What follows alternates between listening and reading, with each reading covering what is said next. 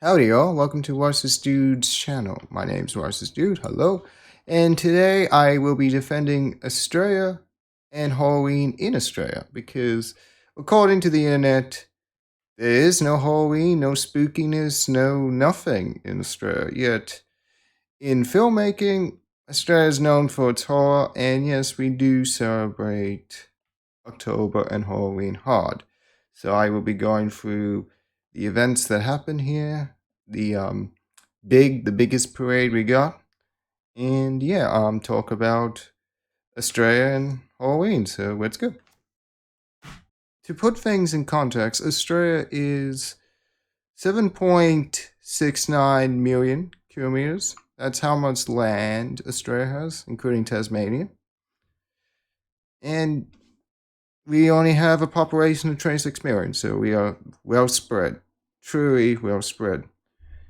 So, with Australia, we are about 78% the size of the United States in terms of land, and the largest country in the oceanic. I just want to put that out there.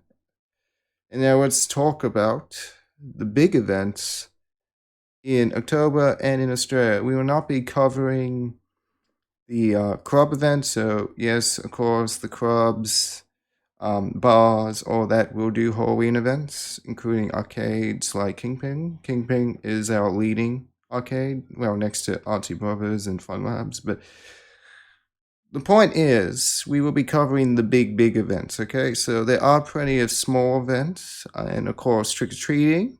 Trick-or-treating does happen in the suburbs, don't expect it to happen in the apartments and stuff like that. But suburbs, it does happen. So it depends on which suburb and where, but it is celebrated. So yes, we do have the essentials. Now let's talk about the fun stuff. So let's start with Melbourne and Sydney. They both have Luna Parks. They both have a different event, so they're similar to each other but different. So if you wanted to do a road trip or a quick plane trip to both events, you can. So with Melbourne, it's called Luna Dock, and Sydney's is called Horror Scream. So they're both after dark events. Kind of look, they are like the Universal Studios Horror Nights, but there's also a family-friendly element. So it has a bit of both. So it has the mazes, it has all the bells and whistles per se. So if you're there for a more mature night out, you can have that, but also family friendly as well because well, it's Luna Park, you know. So a bit of both. So that leaves me to talk about Movie World Fright Nights, which is our equivalent of Universal Studios Horror Nights. This is where the fun begins. So we are now in Queensland. So in Queensland, we have a couple parks that do things. We will talk about the ones in Gold Coast. So in the Gold Coast, we have Warner Bros. Movie World, which does Fright Nights, our equivalent to Halloween Horror Nights at Universal Studios. And we also have Dreamworld, which does pretty much Mickey's Not So Scary Halloween Party. So that one's the family friendly one, as well as the family-friendly event at SeaWorld. Warner Bros. Movie World and SeaWorld are owned by Virtuoso, so you have two options when it comes to that, which is the fun, scary event, which is Warner Bros. Movie World Fright Nights, and the spooky nights at SeaWorld.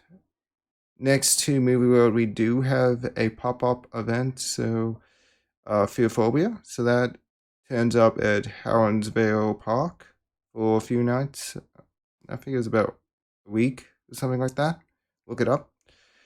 And they have mazes and they have performers and they do the thing. They do it well. I've been there before. And on the Sunshine Coast, Aussie World has a Halloween event as well.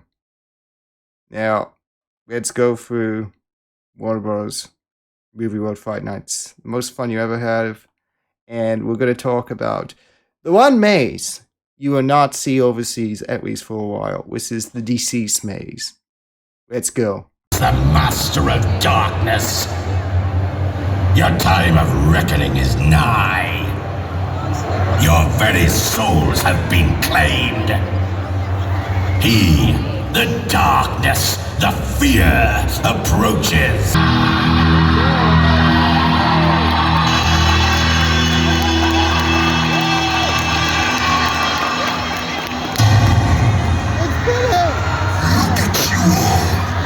Your presence before me on this night has a price that must be paid. Surrender willingly. The night is ours, and you are each mine. Release the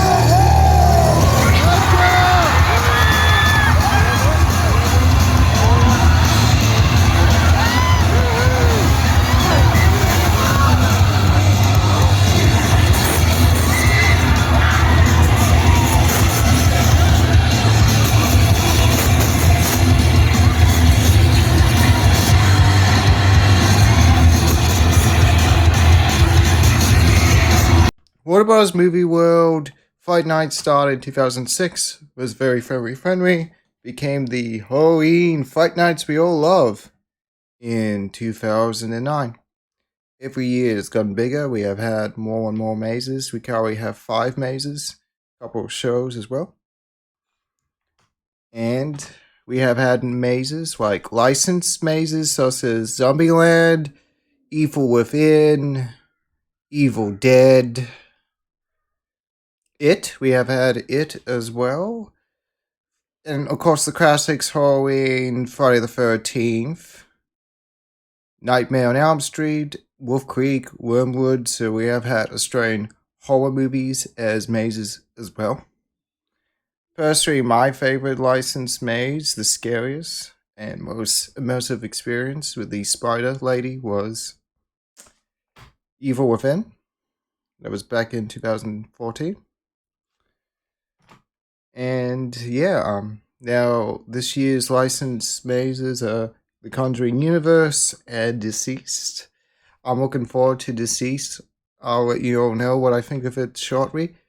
It's based on a comic book event written by Tom Taylor, so Ozzy Legend. So yes, it's going to be very interesting. It is very much so. These things have to be approved by DC, so this will be in line with the comic 100%. So I'm looking forward to it since I'm a comic book reader myself. And yeah, we have had homebrew mazes as well. So we are talking Dollhouse, which is the German doll makers. They are creepy and fantastic. House of Cain, so think of American Horror Story, think of that. Hillbillies, the reason we have had a lot of hillbilly mazes. We have Bogans here, so I don't know why we need hillbilly mazes, but here we are. Crown mazes, this year we have House Ship, which I'm looking forward to. Death Row again, which is a good maze. It's Mad Max meets prison, basically. And yeah, we also have our new homebrew, which is another circus maze. Circus. So yeah, we have a opening show, we have a closing show. It's like Universal Studios Halloween Horror Nights, and that's our equivalent, and it's the biggest Halloween event we have here. And it's the best. I have gone every year, and it's always been fantastic. So, and now we will talk about Halloween parades. So let's go. So Halloween parades do tend to pop up, but the most consistent Halloween parade and the biggest is Miami Parade, which has become Wynnum Parade. So it's just moved a suburb away. It's in Queensland. So I get to be part of that parade because I am part of the Queensland Ghostbusters franchise. So we are approved by Sony, and we are part of Ghost Corps. So yeah, we are a official Ghostbusters franchise. So it's always fun to dress up as a Ghostbuster, and I have been slime as well in parades. Well, the Manly Parade. So, like I mentioned before, it's the same parade, it's just moved suburbs. That happened during COVID. So it always has drawn a large crowd, and that is the biggest Halloween parade currently. If I have missed out on any big Halloween parades around Australia, just let me know. Anyway, I think this comes to the end of the video. So, yeah, I hope you guys have enjoyed this video. If you have, please like, subscribe. Thank you if you do. If not, well, I hope you have a good day or night anyway. And yeah, if I missed anything, please just let me know. Put it in the comments. I'm only human, so yeah. If there's any big Halloween events in Australia I missed, let's talk about it in the comments. And yeah, one last thing I would like to add is we do horror well. Australians do horror well. Check out Saw. Yes, it's an American movie, but it was written and created by Australian filmmakers. They can get funding in Australia, so here we are. Wormwood. If you love Mad Max and zombies, Wormwood is the way to go. There's 2 movies, so check that out. Talk to Me, Razorback, the Wolf Creek series, Stalker, The Possessed. Check out these Australian horror movies while we are in October. Well, you can watch it when you're not in October. That's what I do. And yeah, let me know what you think of Australian horror as well. Stay Oasis, and I'll see you next time. So see you next video. 2 thumbs up.